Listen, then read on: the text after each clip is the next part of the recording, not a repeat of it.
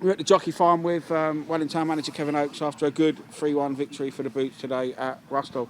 Kev, you must be really pleased with that because you made a few changes as well, but we started strongly. Yeah, really good first half performance. I thought we were passing it about well. Lots of possession, looking after the ball well, creating chances, and fully deserved to be 3-0 up, I think it was, just before half time. So, yeah, very pleasing. Just shows what we are capable when people are confident enough to get the ball down and play and move it quickly. Yeah, looked very, very good for that spell of the game. We had goal of the season last week, but we've had two crackers tonight. We've had Yeah, I know. I mean, I think I was standing there when you said to Ene before the game, "You're going to score today, big man," and he did. And what a goal! Yeah, he's worked really hard. He's had his moments of disappointment where he feels that maybe he hasn't got the opportunities that he has, and we've had to persist with him. Me, Grads, and Ben and Vinny have all been saying, you know, your chance will come. When it comes, grab it with both hands. And yeah, we've seen frowns on his face a little bit at points this season, and we've seen really hard work. We've seen him dominating defenders, winning aerial balls, winning physical battles, everything apart from put the ball in the net. And you know it's going to come, and it does, and everyone's really pleased for him. A good goal, but more importantly than that, everybody in the dressing room is really pleased for him. Yeah, A golden penalty. You think he's going to tuck that away? And that was just really the starter to. I mean, he's going to be boasting about that. Is that the new goal of the season? Is it what we've seen tonight? Which one are we talking about, Tom? The third goal. Oh yeah, Golding's one. Yeah, I said to I've known him a long time, and he's scored a lot of goals for this club, and worked his bollocks off, and he's had plenty of shares of getting kicked in places that he doesn't want to get kicked and stuff. I don't think I've ever seen him try and score a goal from that distance before, but he's got it in his locker, and yeah, put it right in the top corner. So no, well done. Well done. Is it going to be a bit of skullduggery at the end of the season for goal of the season, the way they're going at the moment? Well, the players get to vote on it, so yeah, we'll leave it up to them. And it depends how popular you are in the dressing room, really, I suppose. So very strong first half performance. Are you then disappointed that the ref gives the penalty right on the stroke of half time? Yeah, for me, it's not a penalty. I like Dan. He's one of the better referees at this level. Got a lot of time for him. I think he's got that one wrong. Personally, I think his overall performance in the game is very good. But do you think he didn't give the first challenge and any thought? I think maybe. I think it's a rare occasion. Respectfully, it's a rare occasion that Rusthall got into our penalty area and one of our players has had to make a lunging tackle. I think we were quite comfortable for the majority of the half, and the efforts that Rusthall had were from distance or balls behind us. It's the first time a defender's really had to lunge in and make a last-ditch tackle.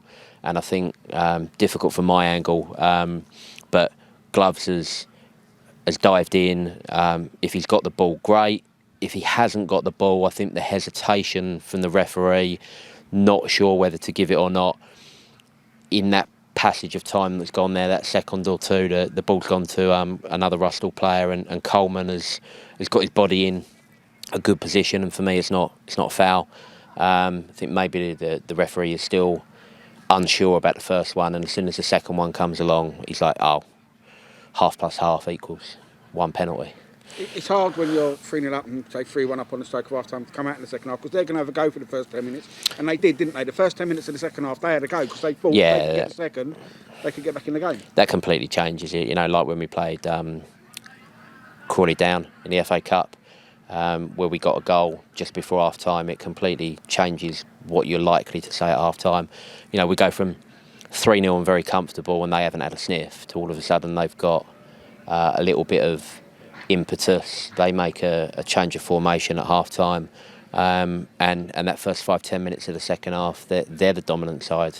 And as Grads has just said at the end there, we've stood up and done that other side of the game, and not backs to the wall, but we've weathered that storm, is the phrase that he's used, to kill that sort of 5 or 10 minutes where I think if they had got another one, then the whole game would have changed, and we've stood up and defended very, very well, worked hard. Every single player on the pitch has worked hard.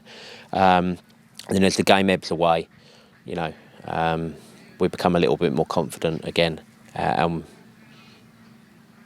Fortunately, more good defending. I don't think the defensive unit as a whole this season has had the credit in terms of the goals conceded column. You know, they're certainly getting credit from us as a management, but when you look at the goals conceded column compared to the actual performances, you know, I'm surprised we haven't had a clean sheet yet. I think we've only got a couple of minutes because I think the lights are going off any second, but we'll plod on. We had a few injuries. We had a few changes today, and we had a few injuries second half you had to kind of manage, Kev. And with another game on Saturday, will you be rotating it around a little bit, do you think? Yeah, I mean, this stop-start nature of our season that is not self-imposed, you know, we seem to be that unlucky club at the minute. I'm sure there'll be somebody else that will suffer the same fate at some point throughout the winter, but the stop-start nature of our season with training, with availability of certain individuals through no fault of their own, with injuries, with COVID, all that kind of stuff is killing us, really. I've said from day one we've had a deep squad for a reason, but yeah, we've got one or two that are going down with cramp and injuries. You're going to expect that. We've got another couple that are signalling, you know, I'm done after 75 minutes, and you've got no alternative but to keep them on. We just hope that we don't pick up any fatigue or niggly injuries as a result of maybe having to overstretch one or two individuals. But if that's what we need to do in the short term to get the first 3 points on the board, fantastic, but we can't be doing that every week. Yeah, I think it was important to put in. We put in a lot of good 45 minutes, 60 minutes, but I think for 70, 75 minutes of the game away from home. We don't have 11 players that can play a full 90 minutes, in my opinion, at the moment, and that is not the fault of the individuals involved. It's the stop-start schedule, but you know that changes now. We've just got to try and wrap a couple of people in cotton wool and look after them, and sometimes you need to have conversations with people where they want to play and they feel that they can play, but squad rotation, keeping everyone fit, keeping everybody happy, that has to be the bigger picture than one individual. Always a tough place to go on Saturday. Always a tough opponent. We found out, I don't think, last time we played them, I think when I was around, I think we didn't score in either game against them. We've never scored a goal against Kennington. So hopefully that changes Saturday. It's going to be a hard game. We've got to play as well as we played today to get anything out of it. Yeah, they're a good side. Like, ever since we've been involved in Saturday football as a football club, Kennington has been a team that have won leagues and won divisions and won cups, just like we have. Plenty of players in the rep side when they were in the Kent County League. Dan's been there forever. His brother's been there forever. They've got a very consistent group of players that have played with each other for 2, 3, 4 years. They know each other's jobs. 3G now? Yeah, it's a 3G pitch down at Ashford. They will be organised, physical, know their roles and responsibilities perfectly, play good football, and it will be a challenge. And yeah, looking forward to finally putting the ball in the net against them. Well done today, Kev. A great performance, an away day. 3 points and on to Saturday. Happy with that. Yeah, cheers, Tom. Thanks, mate. Thank you.